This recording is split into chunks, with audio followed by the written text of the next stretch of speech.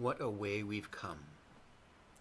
From our shared reverence for and recognition of the Well-Tempered Clavier as a work of seminal importance, as a document almost entirely bereft of direction, to our shared realization and conception of notation and direction implied within the notes themselves, resultant in the revelation of the panorama of possibility within all discernible notational parameters.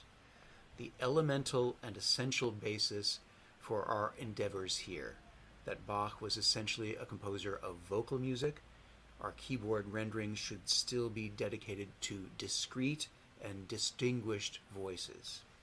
By extrapolation, we celebrate that in emulation of the human voice's organic espressivo, there can be as many different articulations as there are in any sung language, as many ways of connection or distinction as there are elisions, punctuations, and breaths. We came to have a more interactive consciousness of intonation, the projection of a voice's contour by rhythmic, agogic, and dynamic means. That the connection or a distinction of one note to the next is a matter of conscious discernment and decision. We've examined the very nature of connection and realized legato is the connection between two sounds, not between two pieces of wood. Of Leon's second law, wherein we hold untold possibilities for distinction of voices within our grasping the responsibility for the end of a note as we lavish care on its articulation. The range of possibility within one staccato dot. Of note heads as suggestive but not prescriptive of length. Of selective evaporation in the service of transparency and clarity. Of modular reverse practice, such a helpful method. I envy you your youth in being able to reap years of the benefits of such a compartmentalized concentration.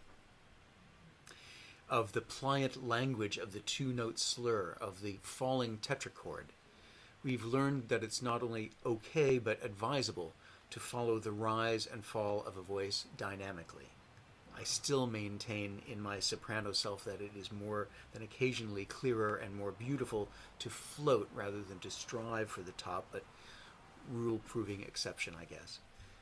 How parentheses have become our favorite designation of foreground and background, prominence and ambience in our musical perspective.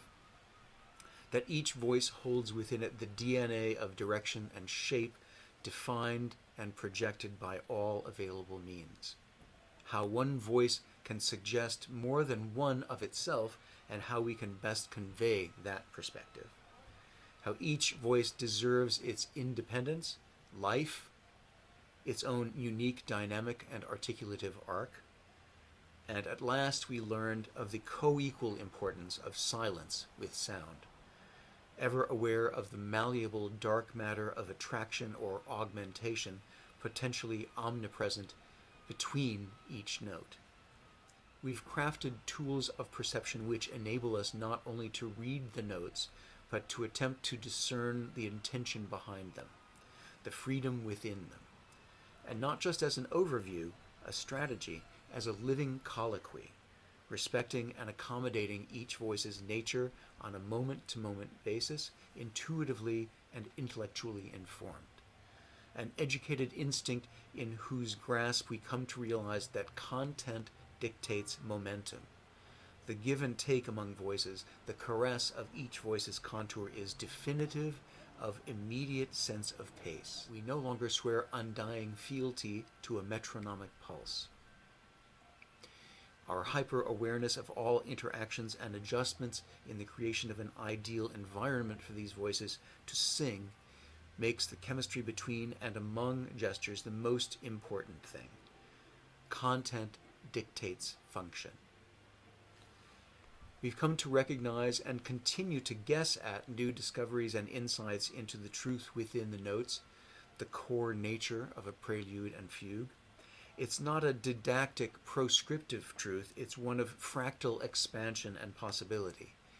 I feel as though we've been working towards a tangible incarnation of my own Bach dream, wherein I imagined there was a clockwork design discernible within and assignable to each theme and turn, a delicate iron mechanism to represent and describe each one of Bach's modulations and sequences.